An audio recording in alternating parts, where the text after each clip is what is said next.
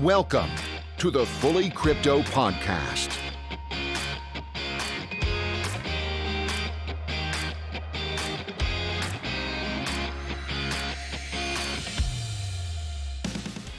Hello and welcome to the FullyCrypto Podcast, your home of quality cryptocurrency and blockchain news, opinion, analysis, and more. My name is Mark Hunter, and today's episode is an interview with three of the team from Cent, the platform that allows just about anything in the digital realm to be tokenized and sold. At a time when NFTs are raging hot, I thought it would be a good idea to speak to a group of people at the heart of the NFT boom to get their insight into what all the fuss is about, where the future of NFTs lies, and just who would buy a tweet. I hope you enjoy it. Andrew, Cameron, Katie, welcome to the FullyCrypto Podcast. Great to be here. Thank you. Thanks for having me. I'm looking forward to diving into the super hot and super sexy subject of NFTs tonight. I don't think we could have picked a better time to discuss them. They are bigger than ever right now, aren't they? Exploding and no sign of slowing down. Before we get started, just to give our listeners a brief introduction of you guys and Cent itself, why don't you kind of go around the room and introduce yourselves and how you got into Cent and how you got into crypto? Cool. I'll start. So, hey everyone, my name's Cameron. I'm one of the three co-founders of Cent. And prior to starting Cent, I got started in the internet advertising industry, working for publishers, helping them monetize, and became really frustrated with kind of the way that whole system works and the economics and how it's rigged basically for most parties involved, audiences, oftentimes creators. And so that really inspired me to look for ways for people who are doing creative work to monetize. And that's the mission of Cent, is to really help these people make a creative income. And so, yeah, that's me. Hey, my name's Andrew. I am co-founder at Cent.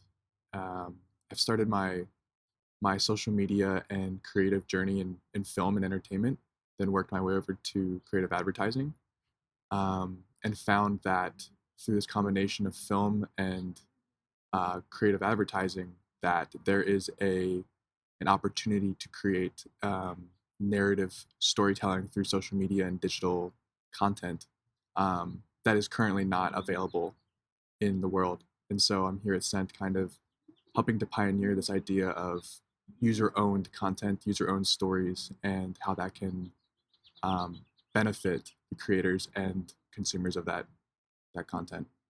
And last but not least. Thank you. I'm Katie Reminder, and I have a slightly different history. I've gone through Web 1, 2, and hopefully now 3.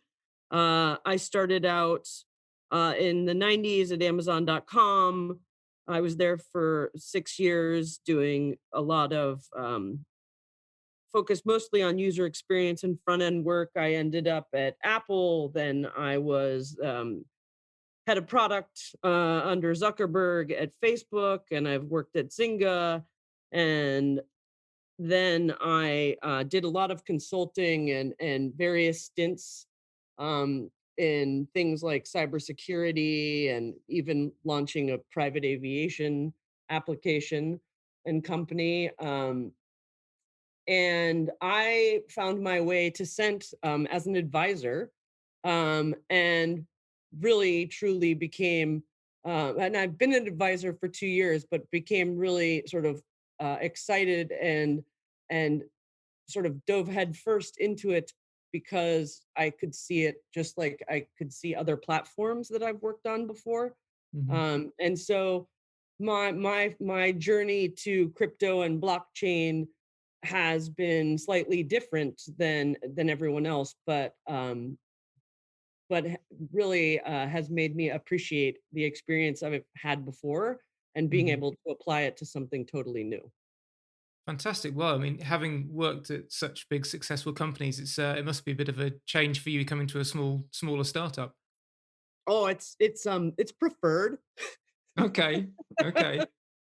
and it's exciting, and I'm learning something new every day, and I can't recommend that enough for people. I think things like new technologies can be quite intimidating for people, but and even for myself. But but learning something new every day and then realizing what you do know actually applies to right now Mhm. is tremendously valuable. And with this team in particular, um, it's really exciting. Fantastic. Well, talking of this team in particular, who would like to give me the potted version of Scent's history, how it got started, and what its ambitions are? I can give a quick run through of that. Um, so we got started back in 2017, actually, and the network has evolved quite a bit. Um, we've always held true to this mission of being able to give creators income. And so, in pursuit of that, we've gone through a ton of iterations of what we call incentive mechanisms, where you take something like a piece of content or a relationship between two people, and you try and wrap money around it in creative ways without necessarily destroying the organic, fun cultural elements that happen in places on the internet, and see if there's an opportunity to really make that work for both parties. And so we actually started, our first mechanism was very Q&A-esque. So you could post a question on a network and incentivize people to come and respond to that. And so that's what we launched with, and it was called bountying. Mhm. And the way that it worked is, so you attach a financial amount to your post, and that financial amount is a bounty that is up for grabs for anyone who wanted to come and try and help you, assist you, provide answer, thoughtful context, suggestions. And we actually saw it really explode in like a variety of ways. At first, we were taking the approach of this is crypto Quora, but then it became a general purpose mechanism for people looking just for general engagement around their content, or looking for advice around particular personal situations, things like logo design, feedback on a project. And so from there, we were really inspired with all of the energy and creativity. Um, but we wanted to make it so that a creator could publish their work directly and be able to monetize that directly, and not so much in response to someone else's query. Mhm. And so we evolved our next incentive mechanism to be around the content that is posted by a creator directly, and that is called seeding. And the way that seeding worked is that you gave a little bit of money to a post, and everyone after you that gave money to that post, um, you saw a kickback.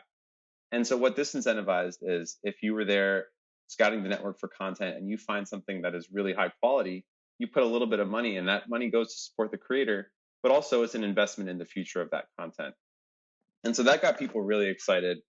We had many users on the network that were just laser focused, scanning all posts, and so it was really great for engagement, frankly, because now all of a sudden you had these incentivized eyeballs looking for the best content.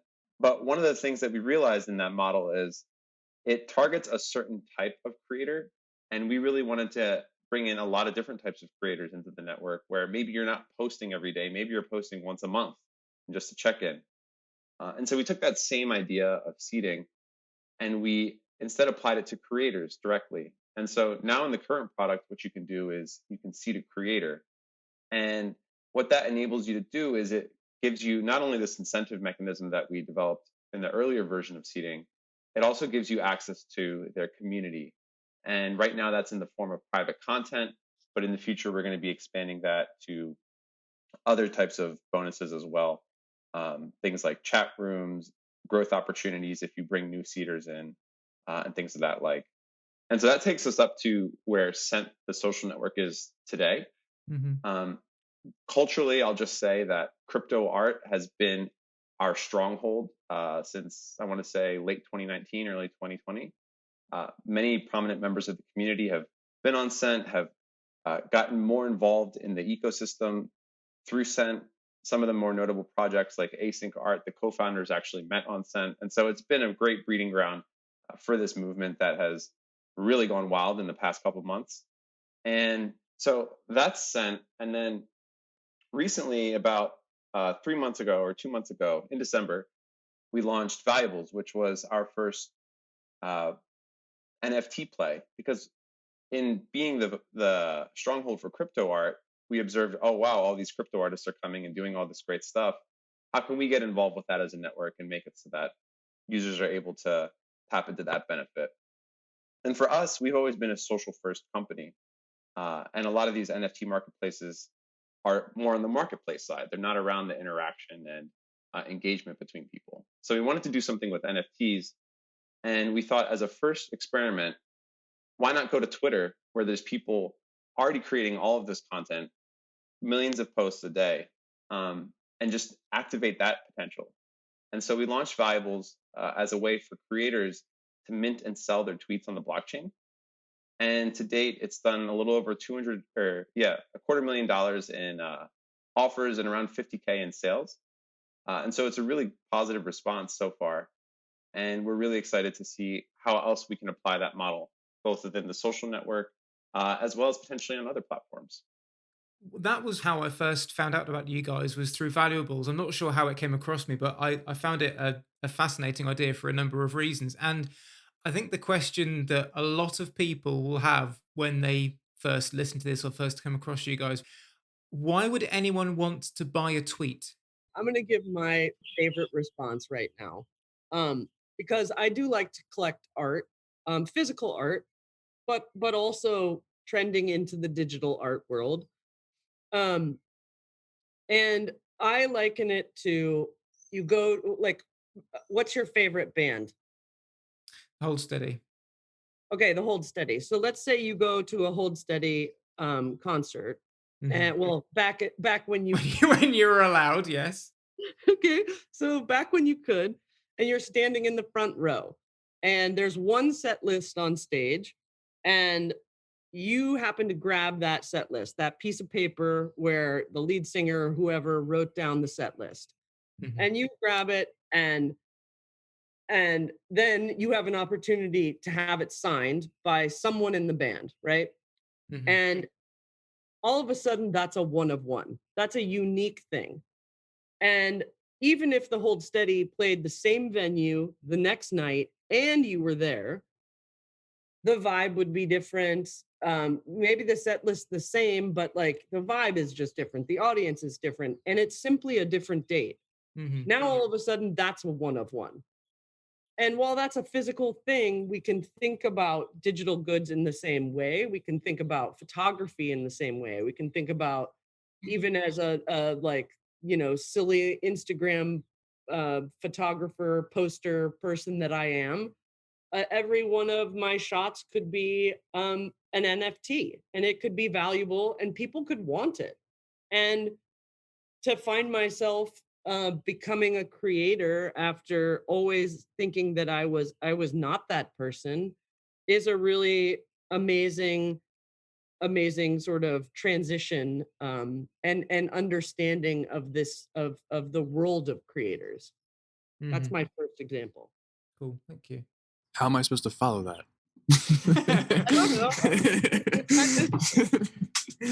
That was excellent. I mean, yeah, it's everything. I love to liken it also to like the autograph idea of like the direct relationship between creator and consumer, and creator saying, "This is the one of one. This is the one that I say goes."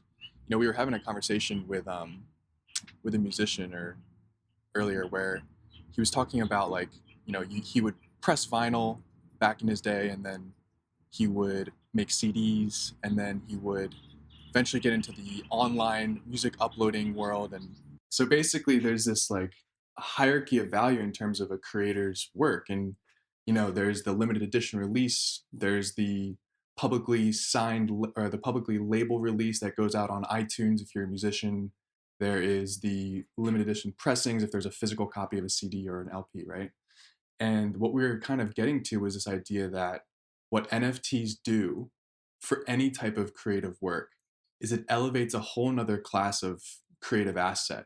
It's an autographed version, like Katie was saying, one of one version of that asset. Whether or not you could download the song from Napster, or you have this like verified signed copy of the track from the musician, it's the same track on the outside, but on the inside, anybody who's a real fan understands the value of the NFT one. And so we've applied that to Valuables in the same way. So I can understand myself, obviously, if you go and buy a piece of art through a digital kind of medium, but you buy an art piece NFT, you're getting that piece of art that's just yours. What are you getting when you buy a tweet? I would say that the analog of the physical gallery is presently social networks, right? The place that you go, the concourse where you talk about these things is these social networks. And so for a lot of people who are collecting, it's about recognition, it's about status with the creator, being able to go above and beyond um, a like or a reply or a retweet. Taking a step going further is a way of showing the creator that you really do care about this particular thing that they're doing, and gives a better context for you to communicate with them. And so there's been several instances where the act of buying a tweet, even if a sale didn't end up happening, led to a new conversation that wouldn't have happened otherwise with a fan. Um, that is the best analog right now to the physical wall gallery. There is no physical component, but there is a lot of virtual social connection that happens as a result. And if I might double down on what Cam said, we all follow people on different networks, right? And in on Twitter in particular, there are people that are like they just use it for news or for people that they think are really funny. And there's some amazing people out there with a wicked sense of humor that write amazing tweets. And to be able to offer to buy a tweet from someone and have them accept it is sort of this, it's almost like this social, it's not a contract. I mean, it is a contract, but there's something very cool about having this sort of autographed version of a tweet that you think is like the best tweet that someone ever wrote. Um, and and it's like it's so different from, I can like somebody's photo and then write a comment and say, wow, I love this crazy picture that you took and it's amazing, and that feels good. But when someone makes an investment in that is sort of indirectly supporting your art, that's a pretty great gesture. Mm-hmm.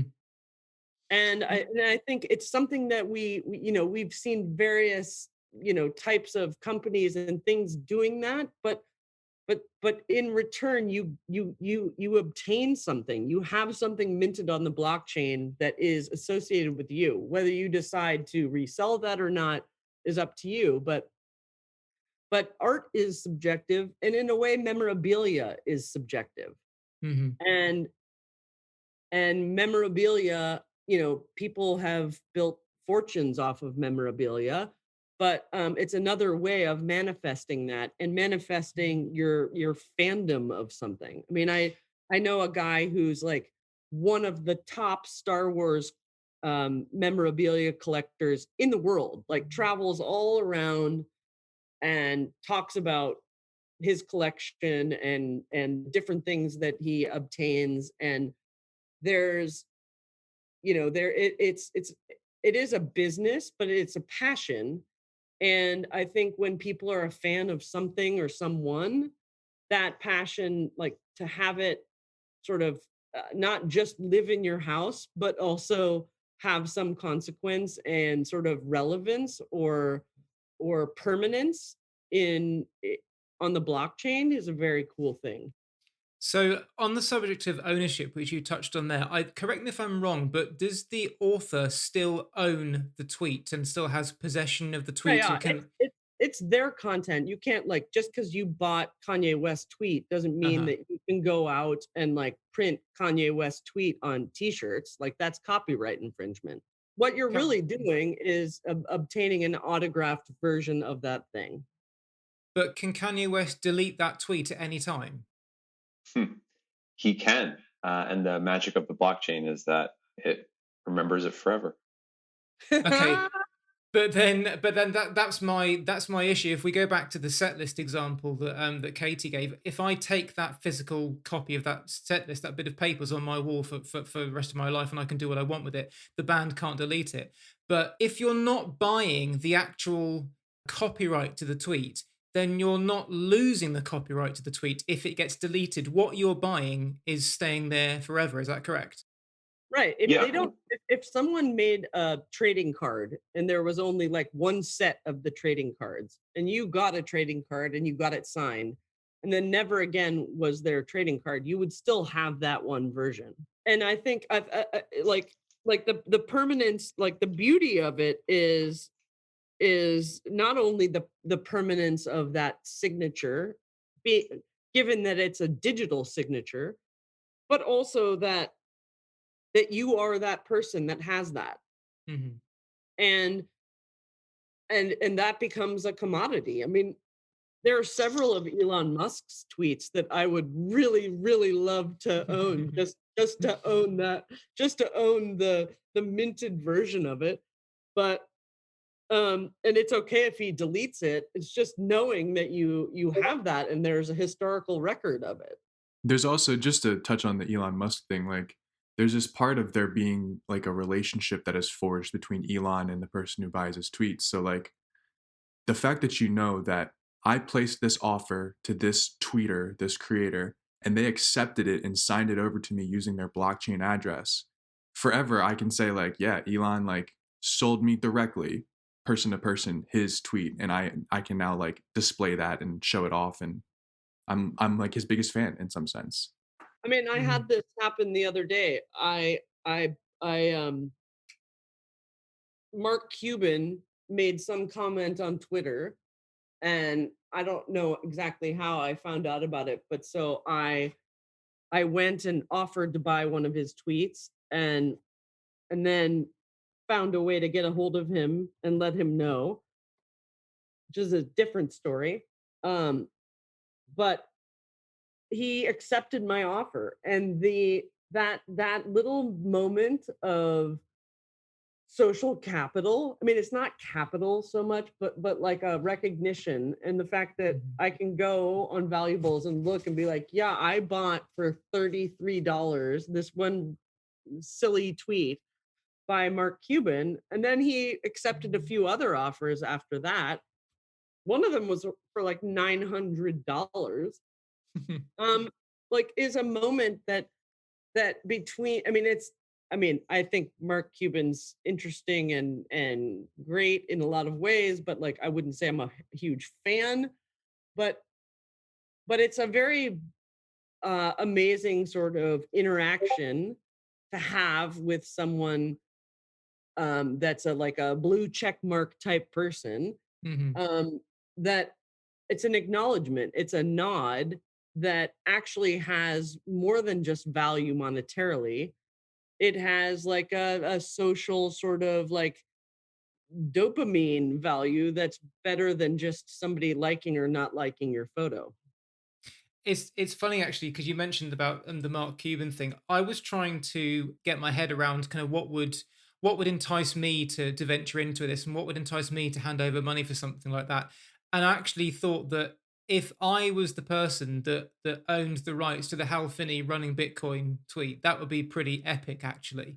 There And you that go. that got me It's not, thinking that but it's not rights. You have to think about it yeah, differently. yeah, of course, yeah. I mean, it's that connection with someone. If you had that tweet and it had been minted and like you could display it on your wall, you would. Yeah, that was the moment, and I realized I was like, that's what's really great about this. And that then got me thinking, well, if someone has passed away, you can't bid for it, can you? Because only the author can approve your offer. That's correct. That's a super important part for us. Is that this is a consensual system where the creator is not only accepting the money, but they're acknowledging that yes, I signed this over to you. It's not they are a core part of the transaction that takes place. So how do they find out? Say I want to buy one of Elon Musk's tweets and I put an offer in on your site. How does he get acknowledged I want to do that? So right now there's two ways. One is via directly by the person making the offer. We give them a pre-populated tweet that says kind of humorously, I made an offer to buy your tweet. And so for a lot of people, seeing that for the first time is kind of like a what does that even mean moment. Mhm. But it's a pre-populated reply that goes in under the original tweet made by the person making the offer. And so that takes the creator to the or takes them to valuables where they can then onboard and choose to sell it. And the Mm. other way is that we have a bot that quote tweets whatever tweet gets offered whenever an offer comes in. So two Okay. fronts, one operated by us and one via the people making the offers. And on a related subject, do you think, like in the art world, do you think, let's say, Elon Musk passes away tomorrow, will the tweets that he has signed off to people, would they increase in value because he's no longer around, like in the art world? Absolutely. I mean, take, for example, Donald Trump. I'm not a fan of Donald Trump necessarily, but imagine if you got one of his tweets before he got totally deplatformed. Oh man, there were a few that I would have really loved to have had. Moving on to the wider NFT field, if you like, I think when we first started talking about you guys coming on, people knew what NFTs were, they were around, and I think people kind of knew what they meant and what they were all about. But in the 6 weeks that it's taken to get this sorted, it's just gone crazy. These crypto punks and these hash masks and everything have suddenly just taken off. Why do you guys think now is the time when that has happened? Like there's a time and a place for everything, right? Mhm. And I think, in my opinion, um, like this time, this pandemic time, um, has allowed for creators to focus on on creating. And also there's this rise with Bitcoin, there's rise with just a change in institutions that run the show. And this isn't a I mean, the beauty that I think with Scent is that this isn't about us trying to take away anything from any platform out there. It's to build alongside it and to provide value. Mhm. And yeah. I would also add that a big part of this movement is about this notion of sort of exiting the traditional systems that we've relied on. And so I think Brad Trammell puts it well. He says, just throw your artwork up and say it's for sale and try and sell it directly. And that's exactly what NFTs are doing. They're getting people to acknowledge that they can just come online and start selling their work to their biggest fans. And so it's been a creator-led movement that's resulted in its success. Unlike Facebook and Twitter and YouTube, where it's always been about the platform succeeding and the platform doing really well, we're having creators come in and say, I'm here to sell my work. Here's where you can buy it. And the fans are showing up. And so by not relying so much on the platforms directly, but rather having the creators be the leaders, we've ushered in. And, there have been organizations like Nifty Gateway and a Mhm. handful of others, Foundation, who've been the stewards to get these creators to start telling the audiences that they're selling their work. But it's really the creators who are the ones that are doing this, that are getting this movement off the ground. And we've just seen that accelerate dramatically in the past couple weeks. What are your personal takes on, for example, these crypto punks being sold for $1 million? Is that a viable way for this sector to move forward, or is that just the peak of a craze that will die away very soon? Look, I think of CryptoPunks as one-letter domains. There's a novelty aspect to it, highly scarce, sought after, but nobody needs a one-letter domain like x.com, right? Um, it is a bubble that will blow over. They will still have a new higher resting floor of value in my mind because that it is that part of history, and owning one is associating yourself with this movement in time. Um, but I don't think that we're going to see that continue to repeat over and over again. So we go through this current craze and the wave, and it dies down. Where do you see the future of NFTs? Like, in what areas can they sort of branch into? How wide do you see this going in the years to come? So this is a heavy question for us at least, because we have a very sort of grand vision of this. And the way I like to think about it is, with Web 2, we saw uh, all of these walled gardens form where you have your networks and you can connect with them through whatever way that Facebook or Twitter or whoever um, allows you to. And on the other end of that walled garden that connects you to that service is your email, right? And email is an intensely private thing. You don't really share it with a lot of people, but it is the gateway from you to all of these services. And so I think that where NFTs are really going to find their home is somewhere in between these two, where sure, you'll still have your email and you'll still have these walled garden social networks, but there's this new space in between where your identity is captured like it is in both email and walled gardens, but it's also open and interconnected with other apps and other services. And we're just starting to see what relationships can be built on top of NFTs. Like we were saying, most to date have just been focused on the marketplace and the collecting. Mm-hmm. But as you start to layer in attributes of ownership, for instance, if you own this NFT, you can join this chat room, or if you own this NFT, you can hang it in all of these different virtual spaces. As you start to give context to that, really what it evolves into is a way to not only have relationships with other people, but then the reflection of that is your identity and kind of who you are on the internet in a public way. And so that's kind of like the long term of where we see it going. But definitely in the short term, it really is about starting with creators being able to make an income and monetize their creative work. Because they can't be displayed as easily as physical art pieces can, because let's be honest, the reason why lots of people buy physical art pieces is to show off how rich they are.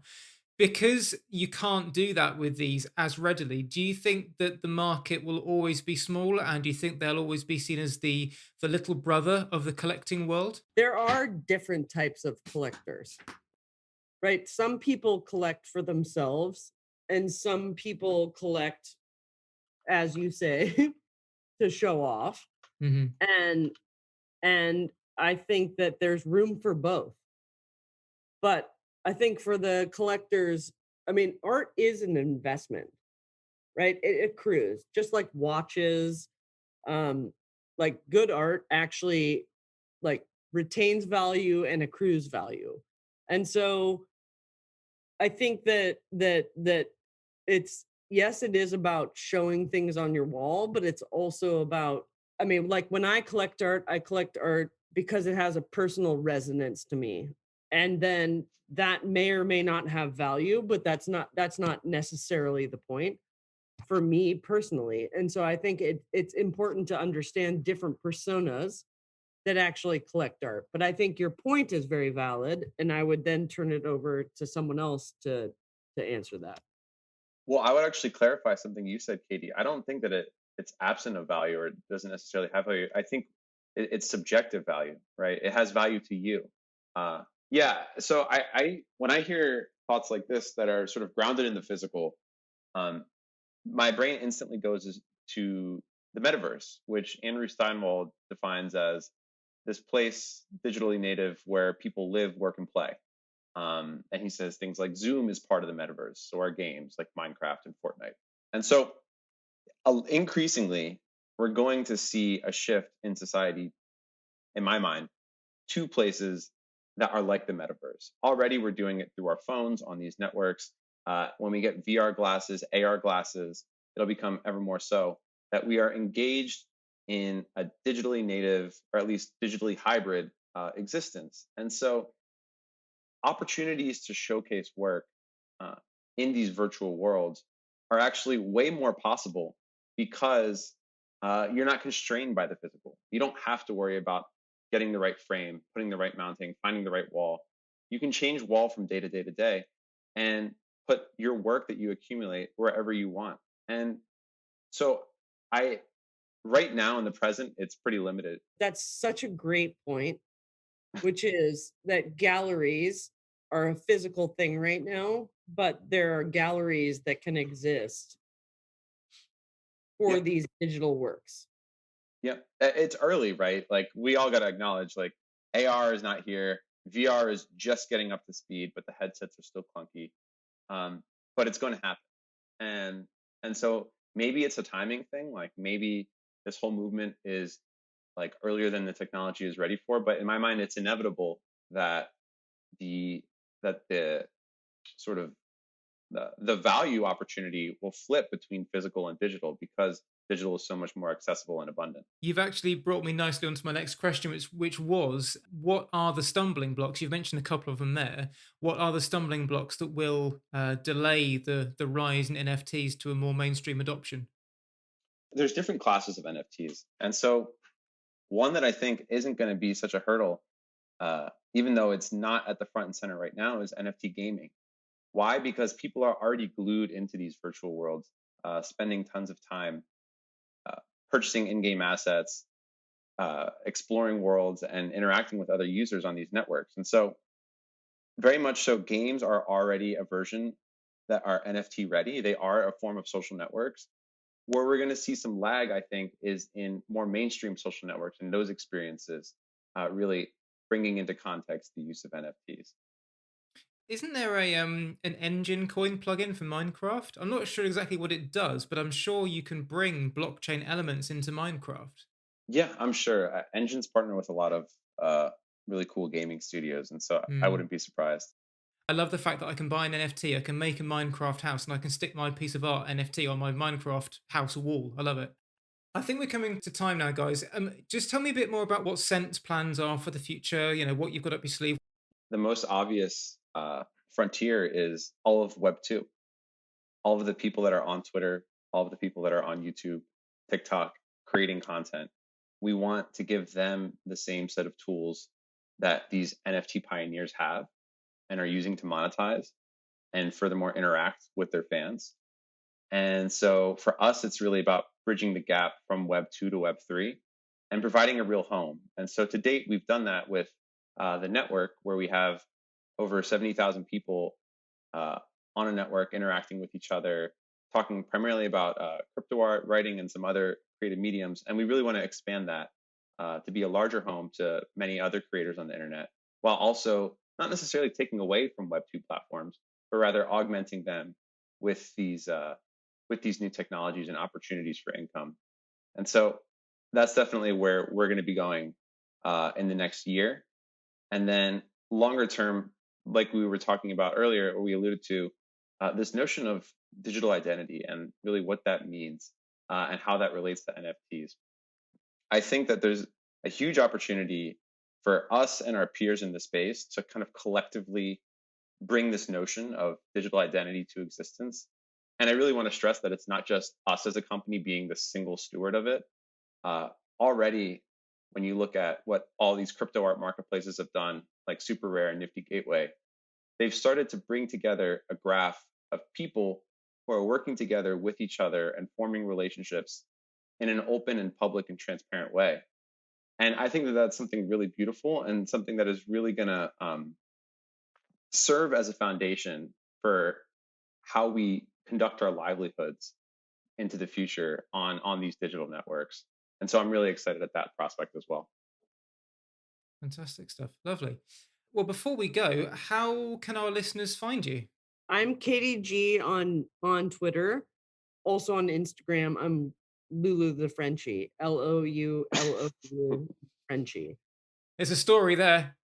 And also, Mark, I just poured myself a cup of Yorkshire Gold. Yeah, you did. Yeah.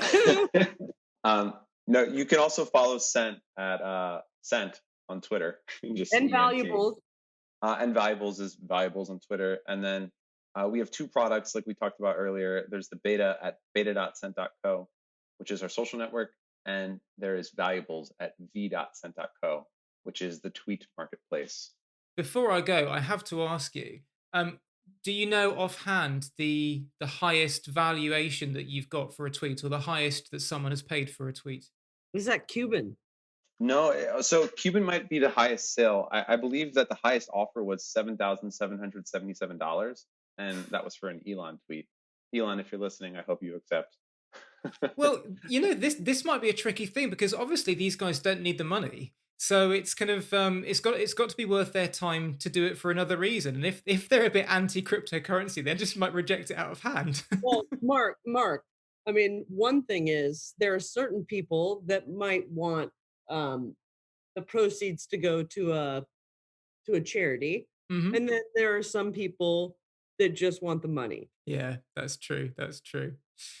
Brilliant. Well, guys, thank you so much for coming onto the Fully Crypto podcast. It was really interesting to hear your views on NFTs and the hot topic of the moment, but also where they're going to be in the future. It's been great to speak to you. Thank you for coming on. Thank you. Likewise. Right on. Thanks, Thank you, Mark. My thanks to Andrew, Cam, and Katie for taking the time to speak to me about Cent and the booming NFT market. I hope you enjoyed getting some expert insight into where the future of NFTs lies and just why they could end up being blockchain's saving grace after a number of false starts. If you liked what you heard, please don't forget to like and subscribe to the Fully Crypto podcast on your platform of choice. And for the latest cryptocurrency and blockchain news, opinion, analysis, and more, head over to fullycrypto.com. Thanks for listening, and I'll catch you again soon.